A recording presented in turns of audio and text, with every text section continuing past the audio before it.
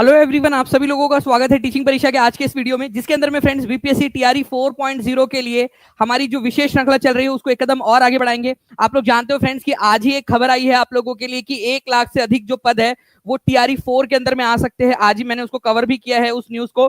साथ ही साथ मैं आपको बता दूं फ्रेंड्स की टीचिंग परीक्षा जिसने लाखों जो है अब तक स्टूडेंट्स को जॉब दिलवाई है, टीआरई 1, 2, 3 के अंदर में 30,000 से ज्यादा बच्चे जो है अकेले टीआरई 3 के अंदर में टीचिंग परीक्षा से सेलेक्ट हुए। तो मैं आप लोगों को बता दूं कि आपका भविष्य भी टीचिंग परीक्षा के साथ में सुरक्षित हो सकता है। तो चलिए जल्दी से हम लोग शुरू करते हैं। जितने भी बच्चे जिन्होंने सेशन को लाइक कर दिया है जल्दी जल्दी से हाथ ऊपर कर देंगे फ्रेंड्स, क्योंकि आप लोग हैं जो एनर्जी देते हैं इस सेशन को, इस जो पूरी की पूरी श्रृंखला है उसको एनर्जी दे रहे हैं। जल्दी जल्दी से हाथ ऊपर कर देंगे। जहां भी शेयर कर सकते हो, टेलीग्राम, फेसबुक, व्हाट्सएप, इंस्टाग्राम, जल्दी से शेयर कर देंगे। अपने लाइब्रेरी के ग्रुप के अंदर में, अपने कॉलेज के ग्रुप में, जहां भी शेयर कर सकते हो जल्दी से शेयर कर देंगे और लिख देंगे कि सर शेयरिंग डन। बहुत सारे बच्चे जो यहाँ पर मैं हाथ ऊपर कर रहे हैं, बहुत बहुत शुक्रिया आप सभी लोगों का। ये पूरा का पूरा सेशन आप सभी लोगों को समर्पित जिन्होंने सेशन को लाइक एंड शेयर कर दिया है। चलिए आगे बढ़ते हम लोग फ्रेंड्स। यहाँ पर मैं पहले क्वेश्चन की तरफ में आप लोगों को देखिए, बिहार छात्र परिषद की जो स्थापना है वो किसने की थी, किसने संगठित किया था, और आप लोग ईयर भी बता दीजिए मुझे।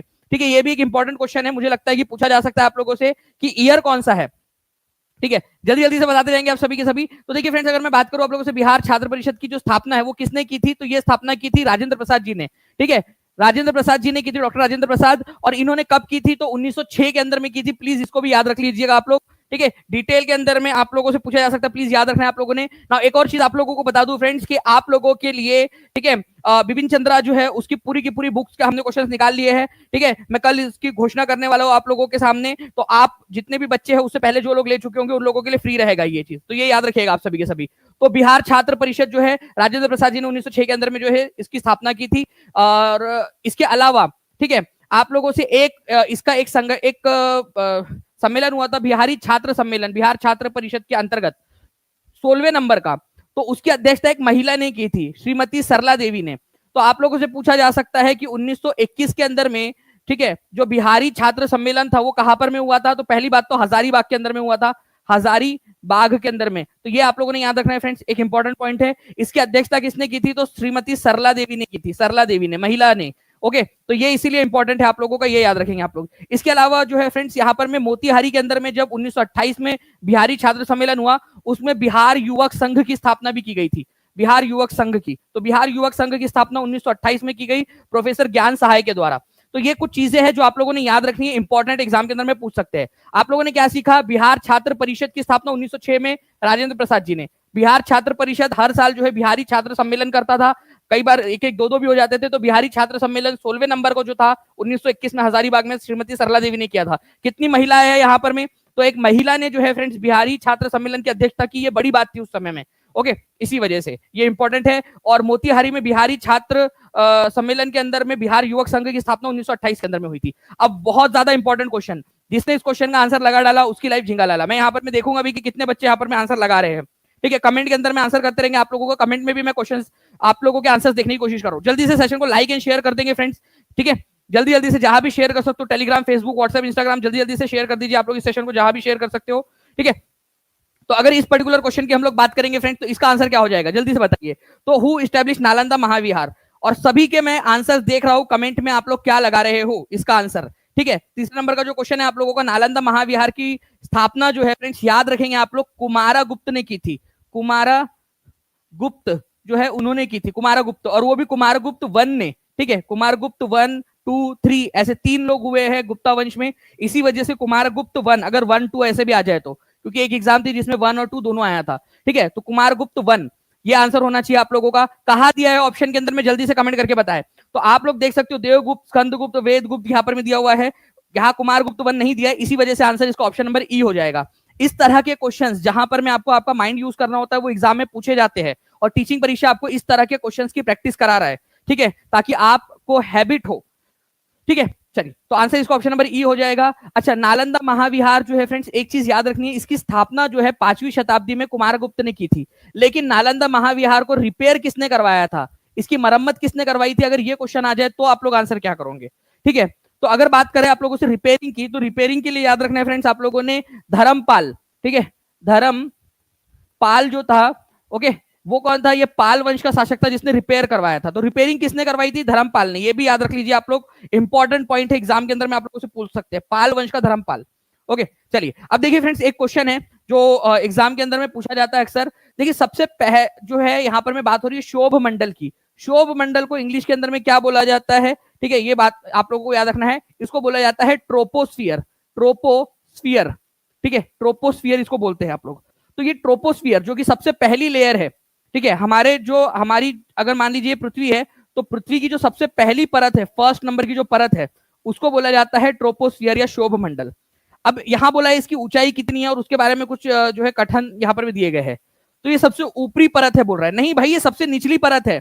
ठीक है, सेकंड नंबर पे स्ट्रेटोस्फियर है, समताप मंडल। थर्ड नंबर पे मध्य मंडल है आप लोगों का, मेसोस्फियर। फिर ताप मंडल, ठीक है, थर्मोस्फियर। और फिर ठीक है आपका एक्सोस्फियर है, ठीक है, बाह्य वायुमंडल या बहिर्मंडल। तो आप लोग देखिए फ्रेंड्स, यहाँ पर मैं अगर मैं बात करूं तो सबसे ऊंची परत नहीं है, ये सबसे निचली परत है। तो कौन सा सत्य बोला है? तो ये तो बिल्कुल सत्य नहीं है, सबसे पहली परत है। सबसे ऊपरी बोलकर ये गलत कर दिया इसने। इस परत का तापमान ऊंचाई के साथ बढ़ता है, नहीं भाई, इसका तापमान ऊंचाई के साथ में जो है वो कम होता है। कम होता है, जैसे जैसे ऊंचाई पे जाओगे तापमान कम होता जाएगा, बढ़ता नहीं है। ठीक है, कम होता है तापमान, तो ये भी आपका गलत है। ओके, इसकी औसत ऊंचाई 13 किलोमीटर, ये बिल्कुल सही है। देखिए आपको बता दूं फ्रेंड्स कि इसकी औसत ऊंचाई, ठीक है, कहां तक है? ये ट्रोपोस्फियर, फिर बाद में स्ट्रेटोस्फियर या समताप मंडल स्टार्ट हो जाता है। तो शोभ मंडल की ऊंचाई, औसत ऊंचाई इसकी 13 किलोमीटर है, ये याद रखना है आप लोगों ने। ये एक इंपॉर्टेंट पॉइंट है। कितने लोगों ने सही किया है जल्दी से बता देंगे हाथ ऊपर करके, जल्दी जल्दी से।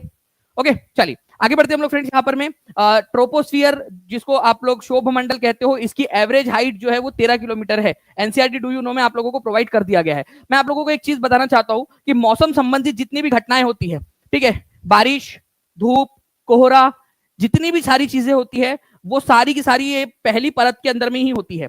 तो मौसम के संबंधित सारी घटनाएं कहां पर में होती है? मौसम, ठीक है, मौसम संबंधित, जैसे बारिश हो रही है या जो है तूफान आया है, साइक्लोन आया है, ये सारी की सारी घटनाएं जो है फ्रेंड्स शोभ मंडल में ही होती है, ट्रोपोस्फियर के अंदर में, पहली वाली लेयर में।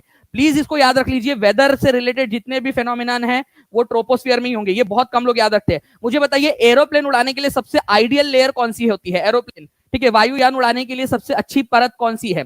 आप लोग बताएंगे मुझे कमेंट करके। ठीक है, एक क्वेश्चन और पूछ लेता हूं मैं यहाँ पर मैं आप लोगों से। ये 1 2 3 4 5 5 लेयर्स है एटमॉस्फेयर की, ठीक है। तो सबसे ठंडी लेयर कौन सी होती है ये भी आप बताना है मुझे। कितने लोगों को याद आ रहा है सबसे ठंडी लेयर वाला क्वेश्चन आया था एग्जाम में, आपको क्लास में पढ़ाया भी है मैंने। Now cultivation of fruits and vegetable is called, आप लोग क्या करेंगे फ्रेंड्स, सारे के सारे मुझे बता देंगे। फ्लोरिकल्चर, एग्रीकल्चर, हॉर्टिकल्चर, किसको किसको बोला जाता है? तो देखिए फलों और सब्जियों की खेती को जो है फ्रेंड्स बागबानी, हॉर्टिकल्चर बोला जाता है। जो फूलों की खेती होती है, फूल जहां पर में उगाए जाते हैं, उसको बोला जाता है फ्लोरिकल्चर। ठीक है, जहां पर में आपको अनाज उगाते हो आप, उसको बोला जाता है एग्रीकल्चर, अनाज जहां पर में उगाया जाता है। और बात होगी अगर आप लोगों की फलों और सब्जियों की, तो वो होता है आपका हॉर्टिकल्चर। ठीक है, हॉर्टिकल्चर, ये याद रखना था आप लोगों ने। इजी क्वेश्चन था, लेकिन कई सारे बच्चों ने इसको भी गलत लगा के आया था। और अभी भी मैं आप लोगों को बता दूं फ्रेंड्स की 91% लोगों ने सही आंसर लगाया है, 9% लोग अभी भी इसको गलत लगा रहे हैं। ठीक है, तो horticulture is the correct answer, ये याद रखेंगे आप सभी के सभी। ओके चलिए, मैं जैसे कि देख पा रहा हूँ फ्रेंड्स, यहाँ पर मैं काफी सारे बच्चे अभी भी जुड़े हुए हैं जिन्होंने सेशन को लाइक एंड शेयर नहीं किया। जल्दी से सेशन को लाइक एंड शेयर करते रहेंगे, ताकि ऐसे ही आप लोगों के लिए और भी बहुत सारे क्वेश्चन हम लोग करवा सके। ओके नाउ मैं एक एक करके सवाल पूछूंगा, क्या आप लोग कमेंट में आंसर लगाने के लिए तैयार हो? आपके लिए, क्योंकि आपके माइंड के अंदर में ये प्रैक्टिस होनी चाहिए, आपके माइंड को जो है फ्रेंड्स हैबिट होनी चाहिए, इसीलिए। ओके सर, आज कोर्स पे ऑफ कर दिया आपका, आज 70% ऑफ है स्वाति यादव जी, ठीक है, 70% ऑफ है, आप जल्दी से जाकर ले सकते हो, क्योंकि बहुत जल्द वो ऑफर खत्म हो जाएगा। क्योंकि कल मैं आप लोगों के लिए एक बहुत इंपॉर्टेंट वाला आपको बता दूं कि बिपिन चंद्रा की पूरा का पूरा बन चुका है। हम माजिद हुसैन के भी क्वेश्चन हम लोगों ने निकाल लिया आप लोगों के लिए। न्यू एनसीईआरटी के जो क्वेश्चन है वो भी आप लोगों के लिए हम लोग ऐड कर रहे हैं उसके अंदर में।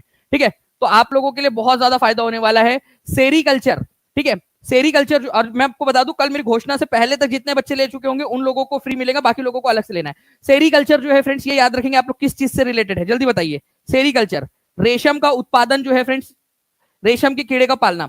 आप बताइए मुझे कि ब्रीडिंग ऑफ फिश, जो मछली पालन होता है उसको क्या कहा जाता है? आर्टिफिशियल पॉन्ड में मछलियों के पालन को क्या कहते हैं आप लोग? ये मुझे बताइए जल्दी से, यहां देखकर बताओ आप लोग, देखते कितने लोग आंसर कर पाते हैं। यही से देखकर आंसर कर दीजिए चाहे। ओके उसके बाद में जो है फ्रेंड्स आप लोगों को बताना है कि अंगूर की खेती को क्या बोला जाता है? विटीकल्चर कहा जाता है, हॉर्टिकल्चर कहा जाता है, पिसीकल्चर, सेरीकल्चर, क्या कहा जाता है अंगूर की खेती को? और अंगूर की खेती को जो है फ्रेंड, जो हिंदी मीडियम से पढ़ रहे हैं बच्चे, एकदम हिंदी मीडियम से, प्लीज एक बार देख लीजिएगा, द्राक्षा कृषि भी आ सकता है। तो इंग्लिश वालों को तो कोई दिक्कत नहीं होगी क्योंकि वो लोग विटिकल्चर लगा देंगे, लेकिन अगर हिंदी में द्राक्षा कृषि आ गया आप लोगों का ट्रांसलेशन में, तो पता होना चाहिए आप लोगों को, ठीक है। तो अंगूर की खेती को द्राक्षा कृषि हिंदी में, और मोस्ट ऑफ द जो चांस है फ्रेंड्स वो है कि विटिकल्चर ही दे दिया जाए हिंदी में भी इसी तरीके से लिखकर आप लोगों को, ठीक है। बस देवनागरी लिपि में हिंदी में इस तरीके से लिखकर दे दिया जाए आपको। नाउ नेक्स्ट क्वेश्चन की तरफ में आगे बढ़ते हैं friends. Who presided over the first meeting of the constituent assembly, और कौन सी तारीख थी, डेट भी आपको बतानी है फ्रेंड्स, ठीक है। फर्स्ट मीटिंग की डेट आप लोग बताएंगे मुझे, डेट, ओके।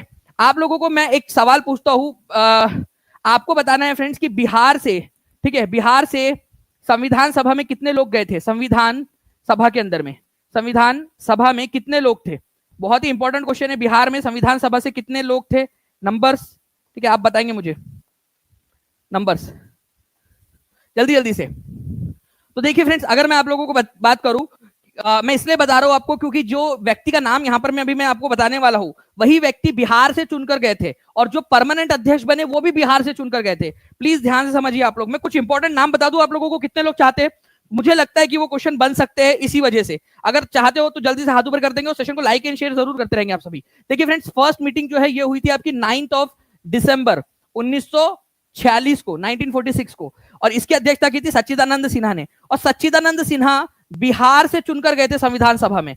प्लीज याद रखिए आप सभी के सभी लोग, मैं बहुत इंपॉर्टेंट चीज आप लोगों को बता रहा हूं, ठीक है। बिहार से चुनकर गए थे और बिहार से टोटल 36 लोगों को चुनकर भेजा गया था, 36, ठीक है, ये याद रखना है आप लोगों ने, 36 लोग थे, ओके। ये एक इंपॉर्टेंट क्वेश्चन है आप लोगों का, एग्जाम के अंदर में आप लोगों से पूछा जा सकता है, ठीक है, बहुत ही इंपॉर्टेंट है। प्लीज इस पर्टिकुलर पॉइंट को याद रखेंगे आप सभी के सभी, ठीक है। 36 लोग थे बिहार से, इसको याद रखेंगे। अब मैं आप लोगों को कुछ नाम बताना चाहता हूं आप लोगों के लिए, जो बच्चा पढ़ेगा वो आगे बढ़ेगा, सिंपल सी बात है, ठीक है। इंपॉर्टेंट वाली चीज पूरा रिसर्च करके आपको बता रहा हूं।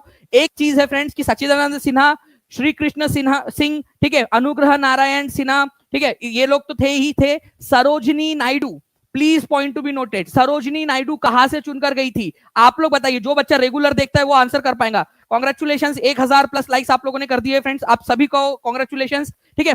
तो सरोजिनी नायडू जो है फ्रेंड्स वो भी बिहार से थी, सरोजिनी नायडू, सरोजिनी, ठीक है, नायडू, ये याद रखना है आप लोगों ने। सच्चिदानंद सिन्हा, राजेंद्र प्रसाद, दोनों के दोनों बिहार से थे। अब एक चीज आपको बता दूं, सरोजिनी नायडू जो है वो बिहार से थी। एक क्वेश्चन बन सकता है, जवाहरलाल नेहरू कहां से थे, कहां से चुनकर गए थे, जल्दी बताइए आप लोगों को क्या लगता है कहां से चुनकर गए होंगे। एक और उनके जो साथी थे वो थे सरदार वल्लभ भाई पटेल, सरदार वल्लभ भाई पटेल, जल्दी बताइए ये कहां से चुनकर गए होंगे। जो बच्चा इसका आंसर लगा देगा कमेंट के अंदर में, वो मैं मान जाऊंगा कि आगे बढ़ रहा है। इंपॉर्टेंट है, ये प्रोबेबल क्वेश्चन है, ठीक है।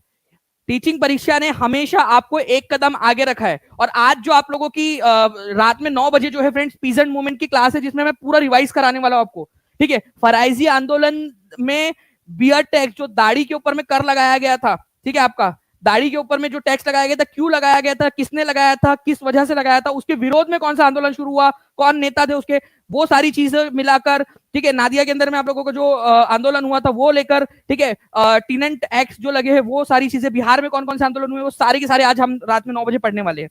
तो सभी लोग जल्दी आ जाएंगे पेड ऐप के अंदर में। तो जवाहरलाल नेहरू यूनाइटेड प्रोविंस से चुनकर गए थे, यूपी से, यूनाइटेड प्रोविंस से।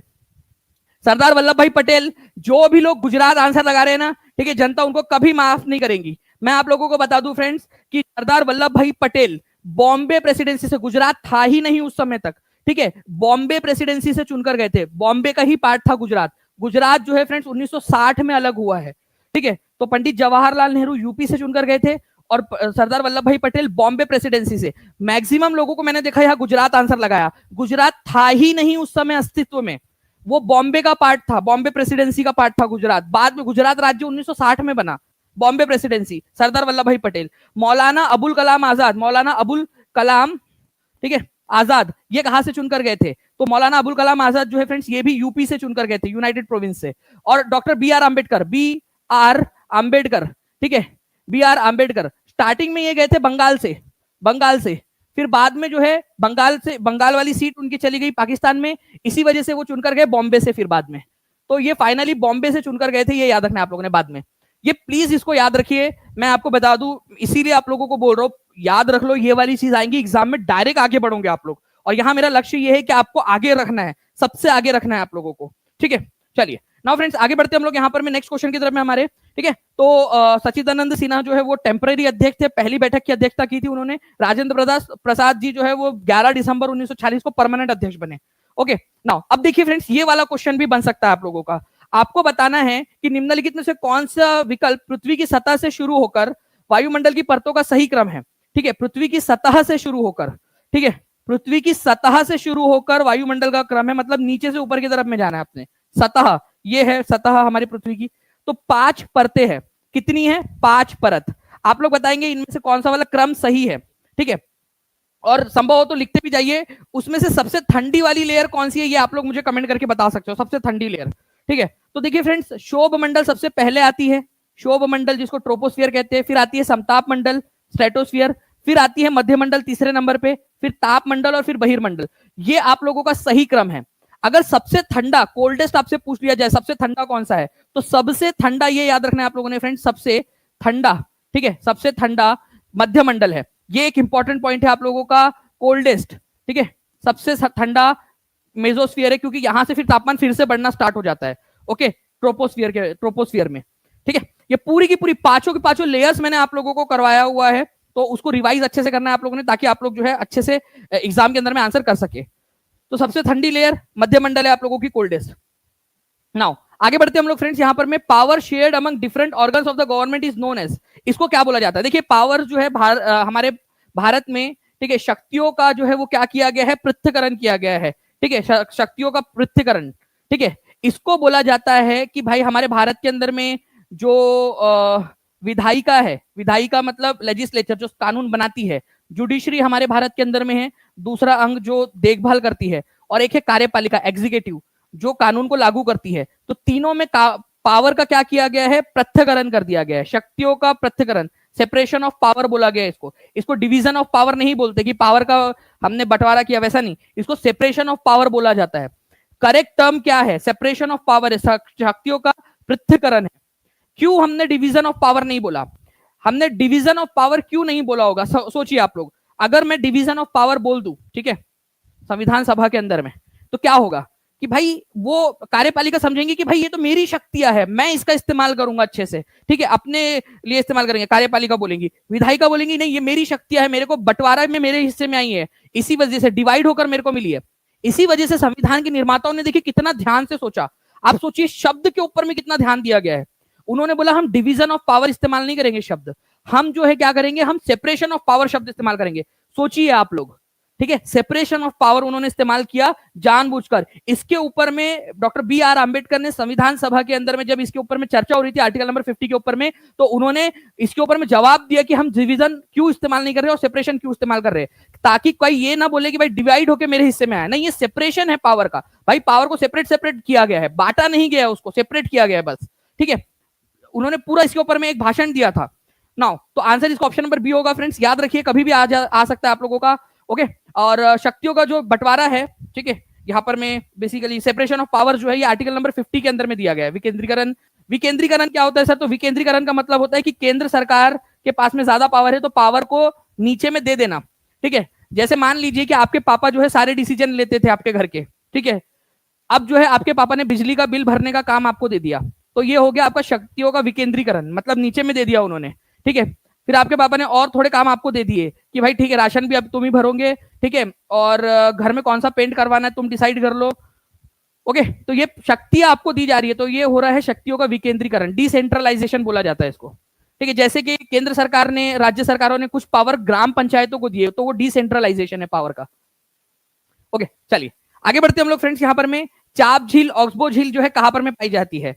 तो देखिए ऑक्सबो लेक, ठीक है, कैसे बनती है ध्यान से समझना आप लोग। ये नदी जो है ये इस तरीके से जो बहती है ना, मोड़ बनाकर जो बहती है, उसको क्या कहा जाता है? तो जब नदियां इस तरीके से मोड़ बनाकर बहती है, इसको कहा जाता है फ्रेंड्स मिएंडर, ठीक है, मिएंडर, मिएंडर, ठीक है। इसको बोलते हैं वी सर्प, क्या बोलते हैं? वी सर्प।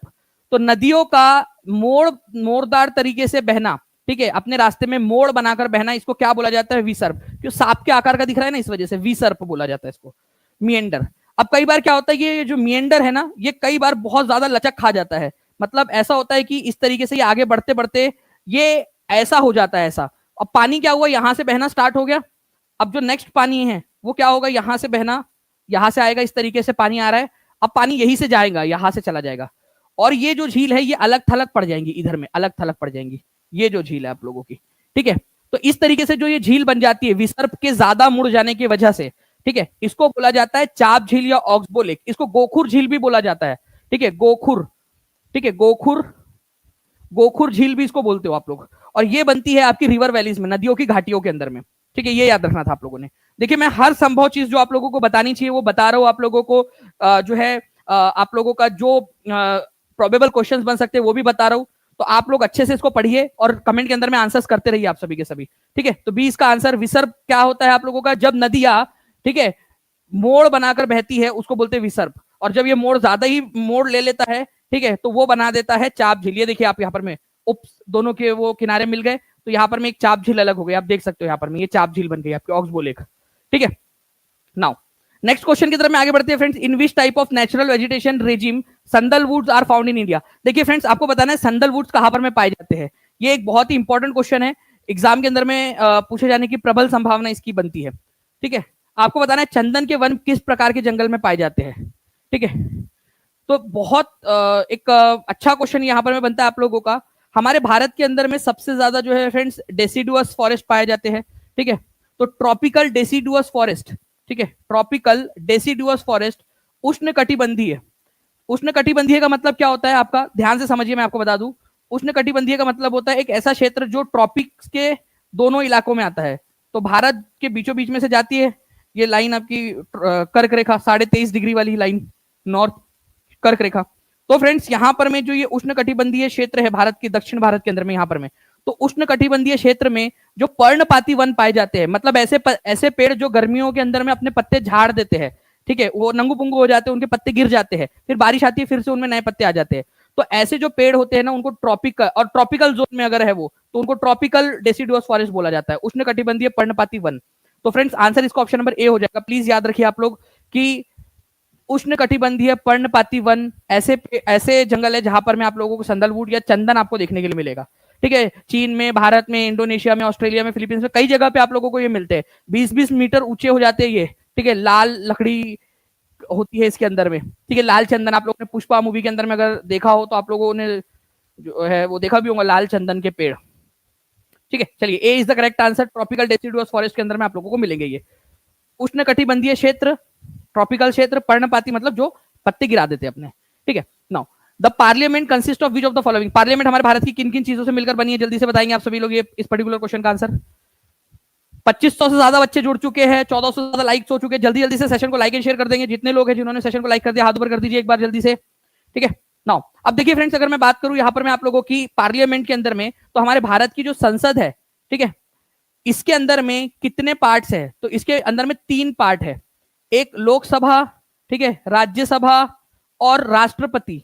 राष्ट्रपति खुद संसद का भी पार्ट है, ये याद रखना है आप लोगों ने, ओके। राष्ट्रपति जब तक हस्ताक्षर नहीं करता तब तक वो बिल बनता नहीं, कानून जो है वो बिल जो है वो एक्ट नहीं बनता, कानून नहीं बनता, तो लोकसभा राज्यसभा के साथ में राष्ट्रपति भी संसद का ही पार्ट माना जाता है, ओके। तो ये तीनों के तीनों है, तो उपयुक्त में से एक से अधिक आंसर हो जाएगा आपका, मोर than one of the above, ठीक है। केवल 77% लोगों ने आंसर लगाया है, ठीक है। आपको रिवीजन की जरूरत है, रिवीजन करते रहिए आप लोग, क्योंकि revision is the key to success, ये याद रखना है आप सभी लोगों ने। नाउ नेक्स्ट क्वेश्चन की तरफ में हम लोग आगे बढ़ते हैं फ्रेंड्स हमारे, आपको बताना है कि हवा में नमी मापने के लिए निम्नलिखित में से कौन से उपकरण का इस्तेमाल किया जाता है, हवा में नमी है या नहीं है या ड्राई एयर है, ये मापने के लिए किस इंस्ट्रूमेंट का इस्तेमाल करते हैं।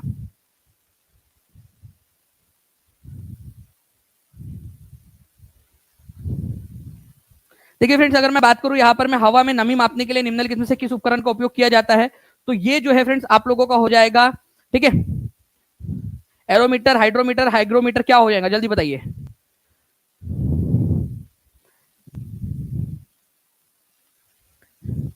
जी, तो आर्द्रता मापने के लिए कि हवा में कितनी आर्द्रता है, कितनी जो है नमी है, इसको मापने के लिए जो इंस्ट्रूमेंट है, ह्यूमिडिटी मापने के लिए जो इंस्ट्रूमेंट है फ्रेंड्स, उसको हाइग्रोमीटर बोला जाता है, हाइग्रोमीटर। ये एक इंपॉर्टेंट टर्म है, इसको याद रखना है आप लोगों ने, ठीक है। चलिए, तो ये एक पॉइंट है आप लोगों का जो आप लोगों ने याद रखना है। इसके अलावा आप लोग मुझे बताओगे एरोमीटर किसके लिए इस्तेमाल होता है, हाइड्रोमीटर किसके लिए इस्तेमाल होता है। ये दोनों के दोनों भी आप लोग कमेंट के अंदर में मेरे को जल्दी जल्दी से बता दीजिए। तो आप लोगों को बता दूं फ्रेंड्स की रिलेटिव जो डेंसिटी है, सापेक्ष घनत्व, जिसको विशिष्ट गुरुत्व भी बोला जाता है, ठीक है, उसके लिए आप लोग इस्तेमाल करते हो हाइड्रोमीटर का, ठीक है, हाइड्रोमीटर का। लेकिन अगर आप लोगों से बोल दिया जाए कि आप लोग जो है हाइग्रोमीटर का इस्तेमाल किसने करते हो, तो हवा में नमी मापने के लिए। तो स्पेसिफिक ग्रेविटी या फिर रिलेटिव डेंसिटी, ठीक है, दोनों, रिलेटिव डेंसिटी बोलिए या स्पेसिफिक ग्रेविटी बोलिए लिक्विड की, अगर वो मापना है तो हाइड्रोमीटर, और हवा में नमी कितनी है वो मापना है तो हाइग्रोमीटर, ठीक है। चलिए आगे बढ़ते हैं हम लोग फ्रेंड्स यहाँ पर मैं हमारे नेक्स्ट क्वेश्चन की तरफ में, ठीक है। The natural vegetation in the area of less than 70 metre per year rainfall. अगर कोई एक ऐसा जो है एरिया है जहां पर में 70 सेंटीमीटर से भी कम बारिश हो रही है, ठीक है, 70 सेंटीमीटर से भी कम बारिश, 70 सेंटीमीटर कुछ भी नहीं है भाई, बहुत कम बारिश हो रही है मतलब। तो ऐसा जो इलाका होता है जहां पर में 70 सेंटीमीटर से कम बारिश होती है, वहां पर में आपको कौन से जंगल मिलेंगे। मैं एक बार यहाँ पर मैं देखना भी चाहूंगा कि बच्चे आंसर क्या लगा रहे हैं, ठीक है, क्योंकि इससे समझ में आएगा मुझे कि आप लोग किस तरीके से सोच रहे हो। मैं यहाँ पर मैं देख पा रहा हूँ फ्रेंड्स के अलग अलग जो है वो आंसर आ रहे हैं यहाँ पर में। कोशिश करो आप लोग।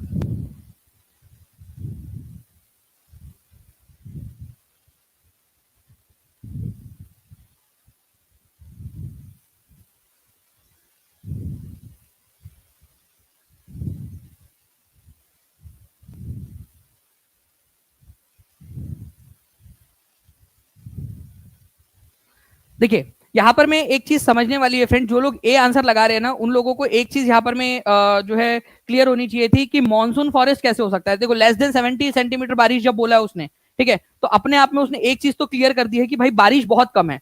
तो मॉनसून फॉरेस्ट के अंदर में भाई मॉनसून अगर आ रहा है वहां पर में, तो इतनी कम बारिश तो नहीं होगी ना कि वहां पर में जो है 70 सेंटीमीटर से भी कम बारिश हो रही है और वहां पर में मॉनसून फॉरेस्ट आप लोग बोले उसको, ठीक है। तो ये तो आप एलिमिनेट कर सकते थे। तो जितने भी परसेंट बच्चे जिन्होंने यहाँ पर में 7% के करीब बच्चे ऐसे हैं जिन्होंने ए आंसर लगाया, वो इस ऑप्शन को तो एलिमिनेट कर ही सकते थे, आराम से आप लोग एलिमिनेट कर सकते थे इस क्वेश्चन को, ठीक है। उसके बाद में जो है फ्रेंड्स, अगर मैं आप लोगों से बात करूं कि भाई लेस देन 70 मीटर बारिश है, मैंने जबकि आपको पहले ही बताया कि 70 सेंटीमीटर बारिश का मतलब बहुत ज्यादा कम हो जाता है आप लोगों का, बहुत कम बारिश है। तो ऐसे समय के अंदर में, ठीक है, आपका कोई फॉरेस्ट बनना का सवाल ही पैदा नहीं होता। फॉरेस्ट का मतलब होता है भाई जंगल जहां बहुत सारे जो है पेड़ है, ठीक है, फॉरेस्ट उसको बोलते हैं। डेजर्ट के अंदर में कौन सा फॉरेस्ट आप लोगों ने देखा है, ट्रॉपिकल डेजर्ट फॉरेस्ट, ठीक है। तो अगर 70 सेंटीमीटर से भी कम बारिश हो रही है तो वहां फॉरेस्ट बनने का या वन बनने का, देखो एक तो होता है पेड़ पौधे, ठीक है, आपके घर के कितने लोगों के घर के आसपास में पेड़ पौधे हैं, उन्होंने देखा है, ठीक है, छोटे मोटे पेड़ पौधे देखे आप लोगों ने। और एक होता है जंगल। तो दोनों में फर्क समझ आता है क्या, हाथ ऊपर करो अगर ये समझ में आता है, मतलब आप समझ पा रहे होंगे मैं बोलना क्या चाह रहा हूं आप लोगों को, ठीक है। समझ आ रहा है कि आपको ये चीज, पेड़ पौधे लगे होना और जंगल होने में क्या फर्क है, ठीक है। तो वही फर्क ये यहाँ पर में बी और सी के अंदर में पड़ता है। तो जो इसलिए मैं इसमें समय दे रहा हूं ताकि आपको समझा सकूं, अगर ये क्वेश्चन आ जाए वापस से तो आप लोग आराम से कर पाओगे। वहां पर में फ्रेंड थॉर्न एंड स्क्रब्स, मतलब कि कांटे और झाड़ियां बस उगेंगी वहां पर में, जंगल नहीं उगेगा इतनी कम बारिश के अंदर में, ठीक है। तो ट्रॉपिकल थॉर्न एंड स्क्रब्स ये एरिया ये आपको देखने के लिए मिलेंगे केवल। तो भारत जो है फ्रेंड्स, आप लोगों को याद रखना है कि ज्यादातर हिस्सा इसका ट्रॉपिकल क्षेत्र में पड़ता है। तो ट्रॉपिकल क्षेत्र में भारत में जहां पर में 70 सेंटीमीटर से कम बारिश हो रही है, वहां पर में ट्रॉपिकल स्क्रब्स या जो है थॉर्न या फिर कांटेदार झाड़ियां आपको देखने के लिए मिलेंगी। B is the correct answer, जंगल नहीं उगेगा। समझ में आया क्या, जंगल नहीं उग सकता, बहुत कम बारिश है, मानसून फॉरेस्ट उसको बोल नहीं सकते आप लोग, तो इसी वजह से मोर देन वन ऑफ दी वो भी नहीं हो सकता, बी आंसर है, तो फिर ये भी नहीं हो सकता। समझ गए क्या, एक बार हाथ ऊपर करके बताओ अगर समझ गए तो। समझ गए। और ऐसे क्वेश्चंस आप लोगों को करने हैं फ्रेंड्स, ठीक है। और टीचिंग परीक्षा आपको ऐसे क्वेश्चंस कराने के लिए प्रतिबद्ध है। मैं आप लोगों को बता दूं कि कल एक इंपॉर्टेंट अनाउंसमेंट मैं आप लोगों के लिए करूंगा, जिसके अंदर में जो भी बच्चा कल तक रहेगा उसके लिए ये पूरी की पूरी जो है जो एक्स्ट्रा जो जो हम इनिशिएटिव ले रहे हैं आप लोगों के लिए, वो आप लोगों को कल मिल जाएगा उसमें, ठीक है। चलो थैंक यू वेरी मच। आगे बढ़ते हैं हम लोग फ्रेंड्स। पंचवर्षीय योजना के उद्देश्य निम्नलिखित में से कौन से थे। पंचवर्षीय योजना के उद्देश्य, ठीक है। तो यहां पर मैं आप लोग देखिए पंचवर्षीय योजना के उद्देश्य क्या क्या थे। यह आपका 68वीं बीपीएससी के अंदर में आया हुआ क्वेश्चन है।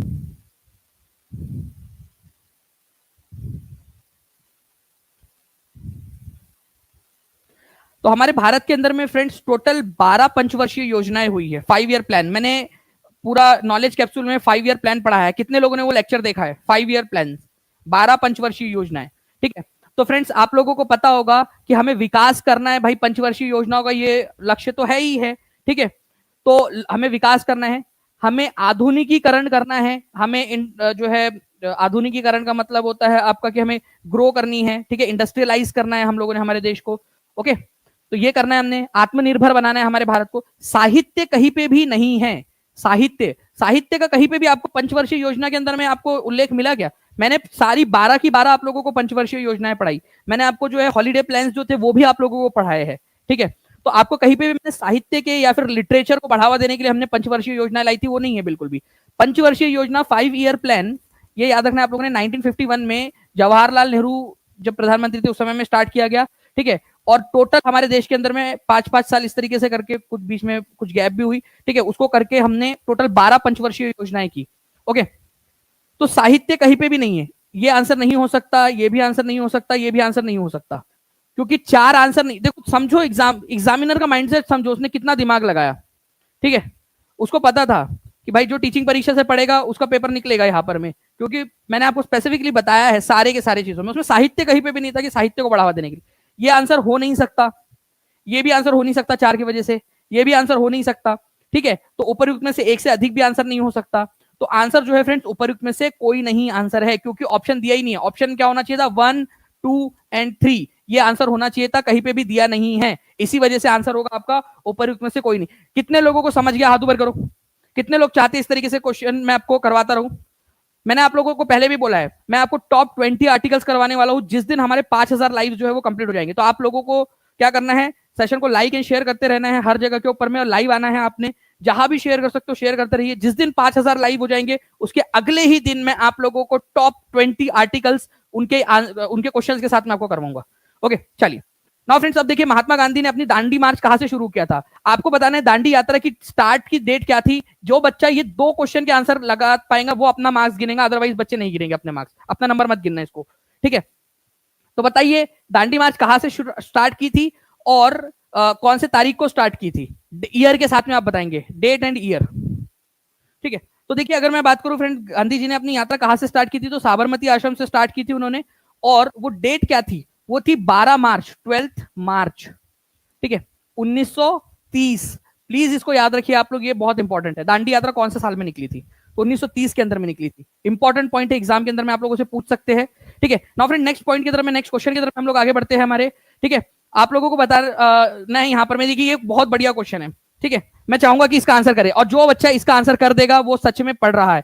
एक क्वेश्चन जो मैंने बार बार आपको पढ़ाया है उसमें हमने चेंज किया है, ठीक है। उसके अंदर में यहाँ पर में, यहाँ आप देखिए, अब आपको बताना है वाटर एक्ट, ठीक है, वायु अधिनियम, वन्य जीव संरक्षण अधिनियम, जैव विविधता अधिनियम, बताइए जल्दी से। तो देखिए फ्रेंड्स यहां पर में क्या हुआ है कि वाटर एक्ट के सामने 1974 आप लोगों का लिखा हुआ ही है, तो आपको ये पता होना चाहिए कि वाटर एक्ट 1974 में आया। एयर, ठीक है, प्रिवेंशन ऑफ पॉल्यूशन एक्ट, ठीक है, 1981 के अंदर में आया है। वाइल्ड लाइफ प्रोटेक्शन एक्ट कब आया था? बायोलॉजिकल डाइवर्सिटी एक्ट कब आया था? ये लगा दीजिए आप लोग, आपका आंसर मिल जाएगा आप लोगों को, ठीक है। वाइल्ड लाइफ प्रोटेक्शन एक्ट जो है फ्रेंड्स ये आया था 1970 जो है आपका 1973 के अंदर में, ठीक है। वाइल्ड लाइफ प्रोटेक्शन एक्ट आप लोगों का 1972 के अंदर में आया था, 1972 के अंदर में, प्रोजेक्ट टाइगर से जस्ट 1 साल पहले। और बायोलॉजिकल डाइवर्सिटी एक्ट आया था 2002 के अंदर में, ठीक है। तो 1972, अब आप लोग आंसर लगाइए। तो यहां पर में देखिए सबसे पहले 3 आएगा, ठीक है, फिर 1 आएगा आप लोगों का, ठीक है, फिर उसके बाद में आएगा आपका 2, और उसके बाद में आएगा आपका 4, ठीक है, 3 1 2 4, 3 1 2 4, ऑप्शन नंबर सी में दिया हुआ है, आपका आंसर हो गया ऑप्शन नंबर सी, ठीक है, 3 1 2 4। 58% लोगों ने सही आंसर दिया है, ओके।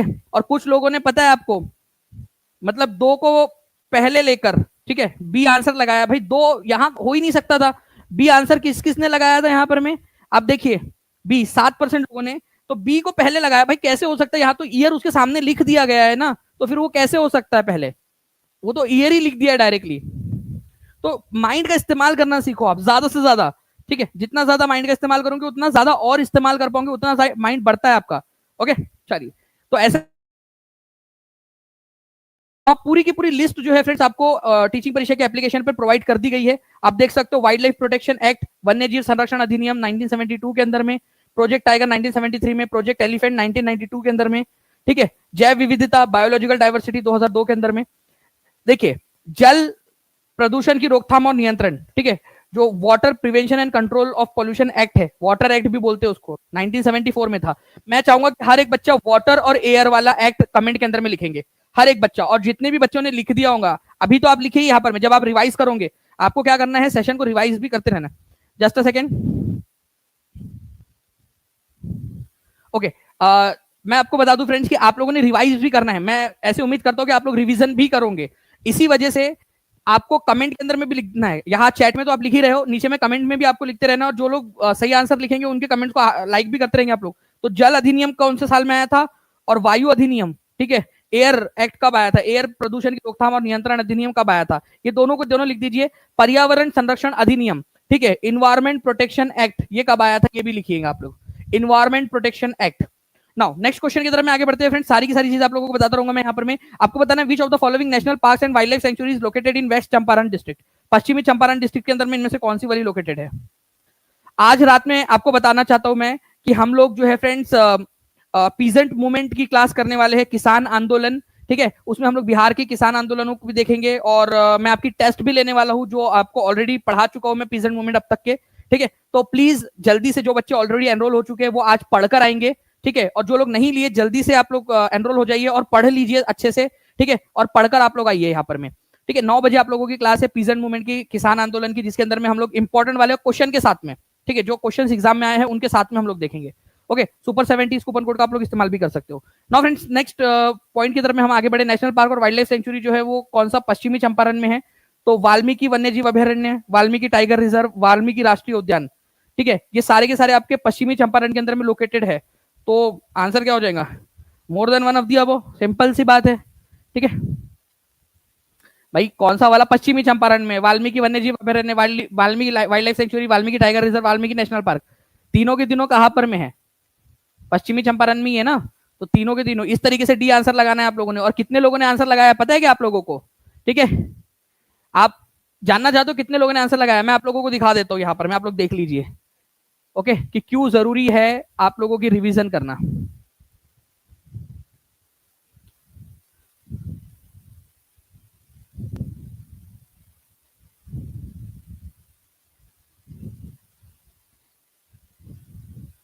देखिए, इतने सारे बच्चे देख रहे हैं और उसमें से आप लोग देखोगे फ्रेंड्स कि 47% लोगों ने ए आंसर लगाया है, ठीक है। केवल 29% लोग हैं जिन्होंने डी आंसर लगाया, बी लगाया है 13% लोगों ने, सी आंसर लगाया 9% लोग, जबकि आंसर आप लोगों का डी है, ठीक है, डी आंसर है आप लोगों का।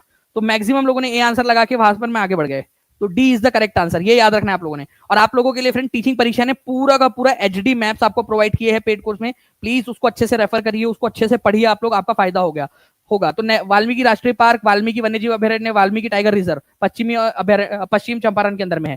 और उदयपुर अभयारण्य कहां पर में है, तो भाई वो भी पश्चिमी चंपारण के अंदर में, ये याद रखना है आप लोगों ने। बड़ेला सलीम अली पक्षी अभयारण्य कहां पर में, ये आप लोग मेरे को यहाँ पर में ढूंढकर बताइए। चलिए, मैं आपको एक टारगेट दे रहा हूं, बड़ेला सलीम अली पक्षी अभयारण्य कहां पर में, बड़ेला सलीम अली पक्षी अभयारण्य, ये यहाँ पर में जो है वो लगा हुआ है, आप देख लीजिए। ओके, उसके बाद में मैं आप लोगों से पूछ रहा हूं यहाँ पर में, आप लोग मुझे बताइए कि राजौली अभयारण्य कहां पर में दिख रहा है आपको।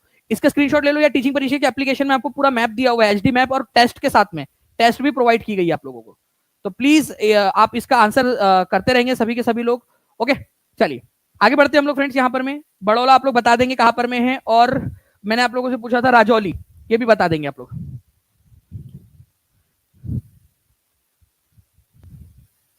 देखिए, एक क्वेश्चन है आप लोगों का कि प्राचीन काल में गंगा के दक्षिणी क्षेत्र को क्या कहा जाता था, 68वें बीपीएससी के अंदर में है। और ये एनसीईआरटी से लिया गया क्वेश्चन है, मैं आप लोगों को दिखा देता हूं डायरेक्टली एनसीईआरटी से मूवमेंट इसका पूरा।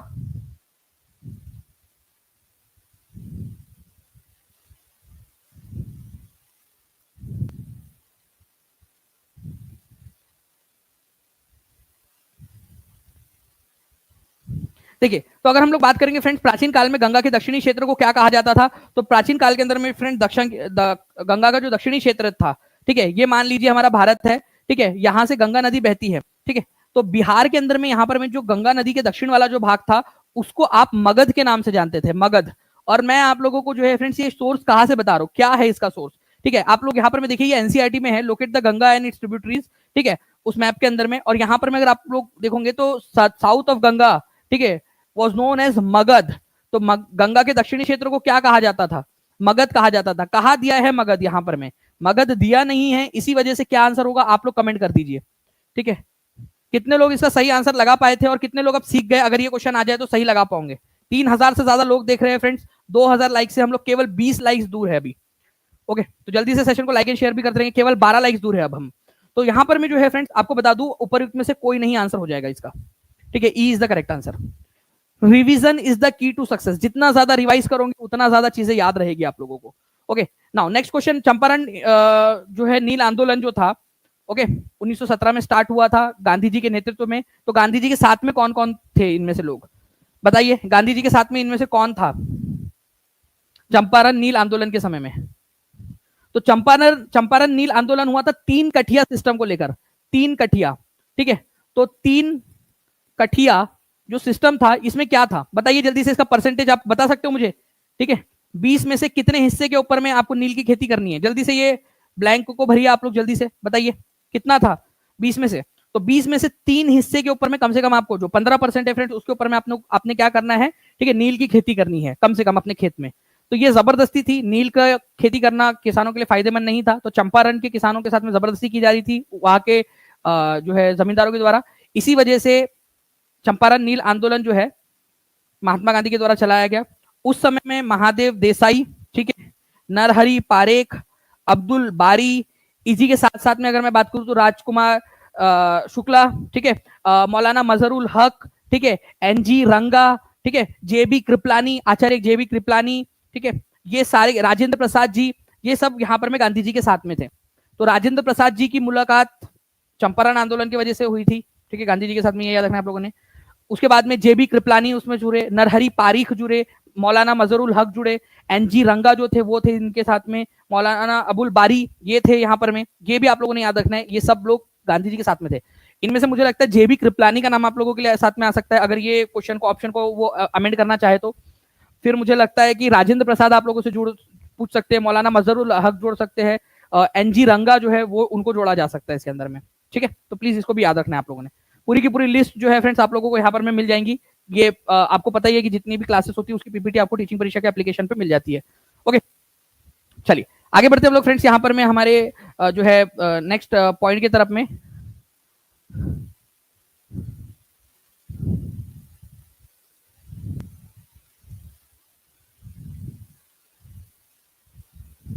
चलिए नाउ फ्रेंड्स, अब देखिए यहाँ पर में आप लोगों से एक क्वेश्चन पूछा गया है कि बिहार के अंदर में, ठीक है, 1920 में एक प्रांतीय बैठक हुई थी बिहार के अंदर में, बिहार प्रांतीय कांग्रेस की बैठक हुई थी। उसमें असहयोग आंदोलन का प्रस्ताव किसके नेतृत्व में पारित किया गया था? ठीक है, तो 1920 में असहयोग आंदोलन जो है आपको पता ही है कि पूरे भारत के अंदर में असहयोग आंदोलन था। तो ये किसके नेतृत्व में, बिहार के अंदर में किसके नेतृत्व में पारित किया गया था? तो अगर मैं बात बताऊं फ्रेंड्स, उस समय में बिहार कांग्रेस कमेटी के जो अध्यक्ष थे, ठीक है, वो थे राजेंद्र प्रसाद जी।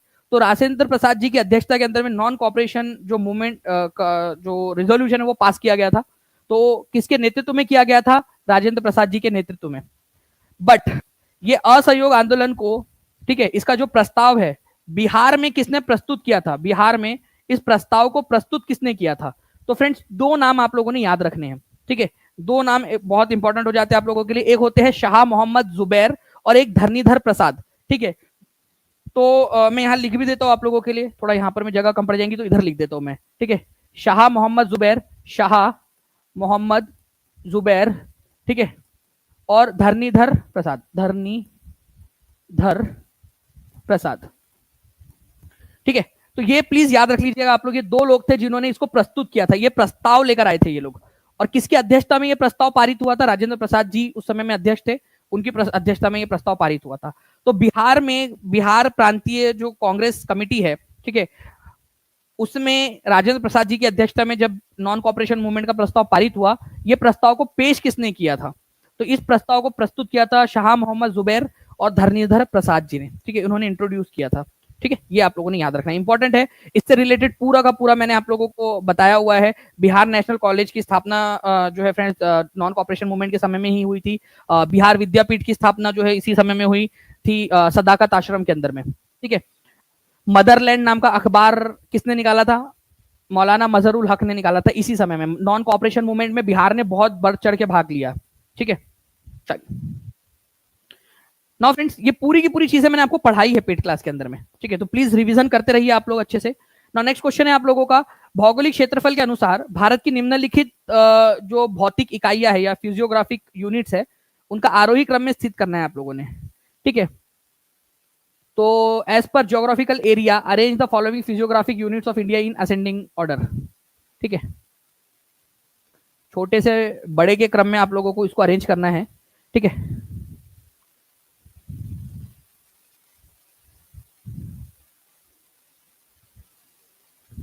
देखिए, अगर मैं इनमें से बात करूं आप लोगों से, ठीक है, इस पर्टिकुलर चीज में, तो आप लोग एक चीज को समझिए, हमारे भारत के अंदर में जो मैदानी इलाका है वो सबसे ज्यादा है, ग्रेट प्लेन्स, महान मैदान, ठीक है, गंगा का मैदानी इलाका, ठीक है, फिर उसके बाद में आप देखोगे ब्रह्मपुत्र का मैदानी इलाका, तो मैदानी इलाके बहुत ज्यादा है हमारे भारत के अंदर में, ठीक है। तो सबसे ज्यादा ग्रेट प्लेन्स आपको मिलेंगे, तो दो सबसे पहले आना चाहिए, किसी भी चीज से ज्यादा जो है फ्रेंड्स आप लोगों का सबसे पहले ग्रेट प्लेन्स आएगा आप लोगों का।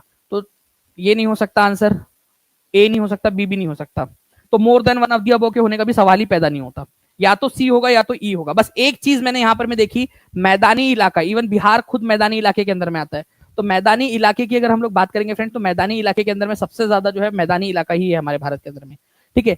उसके बाद में जो है केंद्रीय उच्च भूमि, सेंट्रल हाईलैंड, मध्य प्रदेश वाला जो इलाका है आप लोगों का, ठीक है, वो इलाका आता है आप लोगों को, अगर मैप में दिखाना भी चाहूँ तो सेंट्रल हाईलैंड जो है ये यहाँ पर मैं आप देखोगे सेंट्रल हाईलैंड्स, ठीक है, सेंट्रल हाईलैंड 27% के साथ में सेंट्रल हाईलैंड जो है हमारे वो आते हैं। तो दो के बाद में जो है वन आना चाहिए, और दो के बाद में वन कहीं पे भी दिया नहीं है, तो ये भी आंसर नहीं होने वाला है आपका, आंसर तो ई ही है, ठीक है।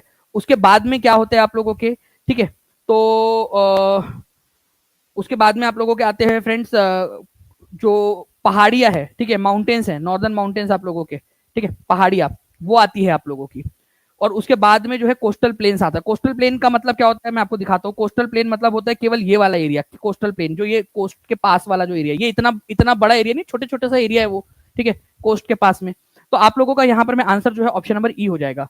सबसे पहले ग्रेटर प्लेन्स, महान मैदान सबसे ज्यादा एरिया कवर करता है, फिर सेंट्रल हाईलैंड मध्य प्रदेश और छत्तीसगढ़, झारखंड, उत्तर प्रदेश का कुछ इलाका महाराष्ट्र में भी पड़ता है, कुछ इलाका सेंट्रल हाईलैंड केंद्रीय उच्च भाग जो है उसका इलाका आपका उड़ीसा के अंदर में भी पड़ता है, ठीक है। उसके बाद में उत्तरी जो पर्वतीय इलाका है, उत्तर भारत के अंदर में जो पर्वतीय इलाका है वो पड़ता है आप लोगों का, और फिर कोस्टल प्लेन्स आते हैं, ठीक। नाउ फ्रेंड्स, आपको बता दूं कि केवीएस के लिए आपके पास में बहुत अच्छी अपॉर्चुनिटी है, जितने भी बच्चे हैं देख रहे हैं यहाँ पर में, अगर आप लोग आपके जीवन में एक और अपॉर्चुनिटी चाहते हो अच्छे से, जो कि हो सकता है आपका बीपीएससी से भी पहले आ जाए, ठीक है, तो टीचिंग परीक्षा आप लोगों के लिए जो अपॉर्चुनिटी लेकर आया है केवीएस की, इसको जो है फ्रेंड्स आप लोगों ने यहाँ पर में ग्रैब करना है अच्छे से, और आप लोगों को केवीएस के अंदर में पूरा बेसिक से एडवांस तक पूरा जो आपका साथ है, ठीक है, वो आपको टीचिंग परीक्षा देने वाला है। इसी वजह से हमने इसको एक ऐसे मूवमेंट पे स्टार्ट किया जहां पर में 1 लाख जो है 1 मिलियन हमारे सब्सक्राइबर्स कंप्लीट हुए हैं, प्लस यहाँ से हमारे पास में एक अच्छा खासा समय है जहां से आप लोग पढ़ सकते हो। हमने सारे पेपर्स निकाल दिए हैं, आपको पेपर्स प्रोवाइड भी कर दिए हैं, हर एक पेपर के हर एक क्वेश्चन का डिटेल में एनालिसिस होगा पेड क्लास के अंदर में आपका, ठीक है।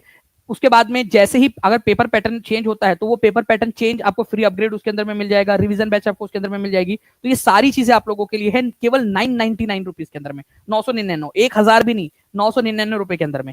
आप सोचिए कि आप हजारों रुपए जो है वो खर्च कर देते हो और 999 रुपए में आपका भविष्य बन सकता है, ठीक है। आपकी जो पहली सैलरी होगी ना, ठीक है, उसमें आप ऐसे 40-50 बैच खरीद सकते हो, इतना पैसा आपको मिलेगा, और केवल 999 रुपए के अंदर में आपका पूरा जीवन चेंज हो रहा है, ओके। उसमें जो फैसिलिटीज केवीएस की है वो उसको 999 रुपए के अंदर में आप कहीं पे भी उसको वो नहीं कर सकते, कंपेयर नहीं कर सकते, तो बहुत कम दाम में आपका जीवन चेंज हो सकता है। तो आज ही टीचिंग परीक्षा के कोर्स के साथ में आप लोग जुड़ जाइए और पढ़ाई शुरू कर दीजिए अपनी, ओके। नाउ दक्षिणी प्रायद्वीपीय उच्च भूमि का भाग कौन सा है आपको बताना है। देखिए हमारा भारत का दक्षिणी भाग जो है, ओके, अगर मैं बात करूं हमारे भारत की, तो हमारा भारत का ये जो दक्षिण वाला भाग है ना, ये वाला भाग, इसको प्रायद्वीप बोला जाता है, पेनिनसुला, ठीक है, पेनिनसुला। तो हमारे भारत का जो दक्षिणी भाग है ये किसका पार्ट था, तो आप लोगों को बता दूं कि एक हमने टॉपिक पढ़ा था जिसका नाम था कॉन्टिनेंटल ड्रिफ्ट थ्योरी, ठीक है, महाद्वीपीय विस्थापन का सिद्धांत। पेड क्लास में कितने लोगों ने उसको देखा है वो लेक्चर को, बस मुझे बता दो आप लोग। महाद्वीपीय विस्थापन का सिद्धांत हमने पढ़ा है, कॉन्टिनेंटल ड्रिफ्ट थ्योरी पूरा का पूरा मैंने पढ़ाया आपको कि कैसे पहले एक ही पूरा का पूरा महाद्वीप हुआ करता था, केवल एक महाद्वीप था जिसका नाम था पेंजिया। ठीक है, ये पेंजिया जो है दो भाग में टूट गया। ठीक है, एक का नाम था लॉरेशिया और एक का नाम था गोंडवाना। ठीक है, एक का नाम लॉरेशिया, एक का नाम गोंडवाना। हमारा भारत का जो दक्षिणी भाग है ना, ये वाला, ये गोंडवाना का पार्ट हुआ करता था, गोंडवाना लैंड का नीचे वाले का पार्ट हुआ करता था, गोंडवाना का। ठीक है, जितने भी बच्चे देख रहे हैं, देखो यहाँ पर हाथ भी ऊपर कर रहे हैं वो लोग। ओके, तो बहुत अच्छी बात है कि आप लोग पढ़ रहे हो, हाथ भी ऊपर कर रहे हो यहाँ पर में कि आपने पढ़ा है। ठीक है, तो रिवाइज अच्छे से करते रहिएगा आप लोग। तो जो है फ्रेंड्स, ये गोंडवाना का पार्ट था और इससे जाके टकराया, जिसकी वजह से हिमालय का निर्माण हुआ था। तो गोंडवाना का पार्ट थे ये, प्लीज याद रखना है आप लोगों ने, गोंडवाना लैंड का, दक्षिण भारत हमारा गोंडवाना लैंड का पार्ट था। नाउ नेक्स्ट क्वेश्चन जो है फ्रेंड्स, आपको बताना है कि मालनाड क्षेत्र का संबंध निम्नलिखित से भारत के किस पठार से है? मालनाड। ठीक है, तो मालनाड क्षेत्र ये आप लोगों का जो है फ्रेंड्स बीपीएससी टीआरई के अंदर में आया हुआ है 11th 12th के जीएस वाले पेपर के अंदर में। ठीक है, 26/8/2023 को, तो रिपीट हो सकता है। बताइए इसका आंसर क्या होगा? मलनाड का क्षेत्र जो है ये बता देंगे आप लोग।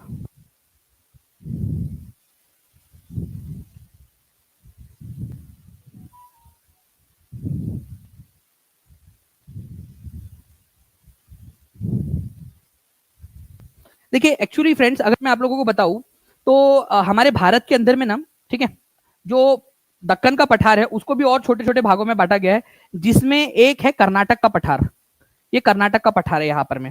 ठीक है, कर्नाटक का पठार में यहाँ वाला जो एरिया है, इसका पश्चिमी घाट के पास वाला एरिया, इसको बोला जाता है मालनाड का एरिया। और ये जो मैदानी इलाका है, ठीक है, इसको बोला जाता है मैदान का एरिया। मैदान, इसको बोलते हैं मैदान। मैदान वहां के कर्नाटक की कन्नड़ भाषा के अंदर में। और ये जो इलाका है आपका, ये वाला जहां पर में पहाड़ है, उसको बोला जाता है मालनाड। तो बेसिकली ये एक शब्द है, कन्नड़ भाषा का शब्द है, जिसमें हिली रीजन जो है, जहां पर में पहाड़ है, ठीक है, उसको क्या बोलते हैं? उसको मालनाड बोलते हैं, मालनाड। ठीक है, और जो इलाका आपका जहां पर में फ्लैट लैंड है, उसको बोला जाता है मैदान। ओके, तो कर्नाटक के पठार को दो भागों में और विभाजित किया जा सकता है, एक है मालनाड और एक है मैदान। तो ये क्वेश्चन डायरेक्टली रिपीट होता है। ये क्वेश्चन कहां से आया एग्जामिनर के दिमाग में? ये क्वेश्चन रिपीट होने वाले क्वेश्चन है। ठीक है, इसी वजह से एग्जामिनर ने ये सवाल आप लोगों से पूछा। तो आंसर आप लोगों का जो है फ्रेंड्स, कर्नाटक का पठार हो जाएगा। कर्नाटक के पठार को मालनाड और मैदान, ये ऐसे दो भागों के अंदर में बांटा जा सकता है। ठीक है, ये याद रखना आप लोगों ने।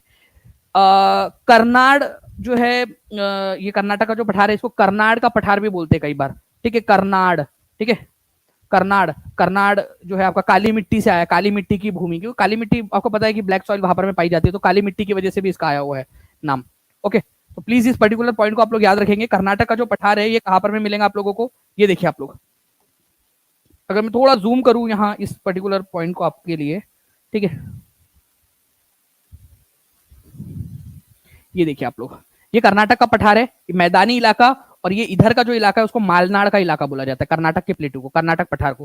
ठीक है, तो ये चीज थी जो आप लोगों ने याद रखनी है। और जूम करना है तो मैं और जूम करके आप लोगों को दिखा देता हूँ। यहाँ पर मैं देखिए आप लोग, ये भारत में हमारे, ठीक है, इधर में अगर आप देखोगे, ओके, तो यहाँ पर में आप देखिए, ये कर्नाटक का पठार, कर्नाटक उसी पे बसा हुआ है।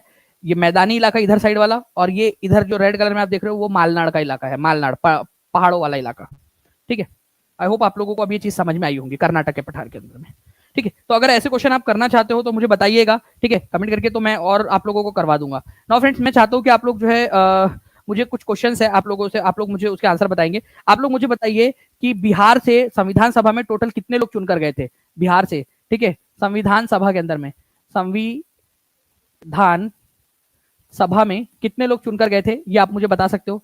ठीक है, और इसके अलावा आप मुझे बताइए कि राजेंद्र प्रसाद जी कौन से इलाके से चुनकर गए थे? पंडित जवाहरलाल नेहरू कौन से प्रांत से चुनकर गए थे? ठीक है, डॉक्टर BR अम्बेडकर कौन से राज्य से चुनकर गए थे? ये भी आप मुझे बताएंगे। सरदार वल्लभ भाई पटेल कौन से प्रांत से चुनकर गए थे? ये आप लोग मेरे को कमेंट करके बताएंगे। ठीक है, और इसके अलावा जो मैंने आप लोगों से कहा है कि आपको बताना है कि सबसे कम तापमान जो है कौन से वाले लेयर के अंदर में होता है, ये आपको बताना है। ओके, उसके बाद में आप मुझे ये बता सकते हो कि चंदन के पेड़ जो है वो कौन से वाले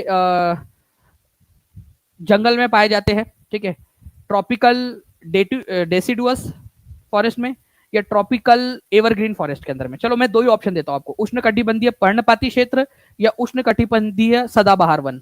ठीक है, तो उष्णकटिबंधीय पर्णपाती या उष्णकटिबंधीय सदाबहार, ये आप लोग मुझे बताओगे इसका आंसर क्या होगा। हमारी भारत की संसद कौन कौन सी चीजों से मिलकर बनी है, ये आप लोग मुझे बताओगे। 3 अंग कौन कौन से हमारे भारत की संसद के? ठीक है, ये बताना है आप लोगों ने। और दांडी मार्च कौन से साल में निकला था, और वाटर एक्ट और एयर एक्ट कब आए थे, ये भी प्लीज कमेंट कर देंगे। वाटर एक्ट कौन से साल में आया था, और एयर एक्ट ऑब्वियसली बात है, उसके आगे में prevention and control of pollution भी दिया हुआ है आपका, लेकिन शॉर्ट में लिख दे रहा हूं मैं अभी यहाँ पर, मैं वाटर एंड एयर, ठीक है, ये आप बताओगे। और साथ ही साथ आपको बता दूं फ्रेंड, जितने भी बच्चे टीचिंग परीक्षा के साथ में जुड़ना चाहते हैं, ठीक है, आप लोगों के लिए जो है 70% ऑफ चल रहा है आपका कोई भी कोर्स। इवन जो है फ्रेंड्स आपको बता दूं मैं कि आप लोग जो है केवीएस में, DSSB में, सुपर टेट के बैच में भी आप लोग एनरोल हो सकते हो, ठीक है। आप लोगों के लिए इतने सारी अपॉर्चुनिटीज है, इन सारी अपॉर्चुनिटीज के अंदर में होकर आप, जब तक आपकी एग्जाम नहीं हो जाती तब तक आपके पास में वैलिडिटी रहेंगी। मैं आपको बता देता हूँ एक स्टैट, कि कुछ बच्चे थे जिन्होंने सुपर टेट का बैच लिया था 3 साल पहले, ठीक है, 3 साल पहले लिया था। अगर मैं मोटा मोटी 1000 रुपए भी मान लू उसके अंदर में, तो आप सोचिए कि 1000 दिन तो यहीं पे हो गए 3 साल में उनके, तो 1 रुपए पर डे, और अभी भी उनके पास में कोर्स है उनका 1 रुपए पर डे के हिसाब से भी उनका मान लो तो, और इतनी सारी चीजें उनको मिली हुई, और जब तक एग्जाम हो नहीं जाती तब तक मिलेगा, तो 1 रुपए पर डे से भी कम आ जाएगा उनका खर्चा। तो आप सोचिए कि इतने कम दाम के अंदर में उनका पूरा करियर बन जा रहा है, एग्जाम निकल जाएंगी उनकी, तो जो जितना पहले जुड़ जाएगा उतना ज्यादा उसको फायदा होगा। टीचिंग परीक्षा की एक फिलोसफी है, और हमेशा हमने इस चीज को रखा था कि जब तक आपकी एग्जाम होनी जाती तब तक आपके पास में वो बैच रहेगी, ठीक है। ये हमने इसी के साथ में स्टार्ट भी किया था, और वही चीज को हम आगे भी बढ़ा रहे हैं। मैं आपको बता दूं फ्रेंड्स कि जितने भी बच्चे हैं आप लोग जो विकलांग है, ठीक है, और जितना भी अगर आपके पहचान में कोई ऐसा है तो आप उनको ये बता जरूर दीजिएगा कि टीचिंग परीक्षा उन लोगों के साथ में है, और उनको बोलिए कि वो स्पेशली कॉन्टेक्ट करें टीचिंग परीक्षा के साथ में, और अपने सर्टिफिकेट जो भी है उनका, ठीक है, डिसेबिलिटी सर्टिफिकेट्स वो सारे भेजे। उनके लिए अलग से हम लोग जो है हमारे खर्चे के ऊपर में जो है उसके ऊपर में हम उनकी फीस को थोड़ा सा जो भी उनको एक्स्ट्रा कंसेशन देंगे वो हम लोग भर के उन लोगों को देने वाले। तो प्लीज इसका प्लीज मिसयूज मत करना, लेकिन जो लोगों को सच में जरूरत है, विकलांग है या दिव्यांगगण है, उन लोगों को बहुत ज्यादा जरूरत है, उन लोगों को जरूर बता दीजिएगा। ओके, चलो, thank you very much friends, take care and bye, God bless you all. आप लोग ऐसे ही पढ़ते रहिए, आगे बढ़ते रहिए, मिलते हैं हमारे नेक्स्ट क्लास में, तब तक के लिए take care and bye, God bless you all, thank you very much friend, bye, thank you.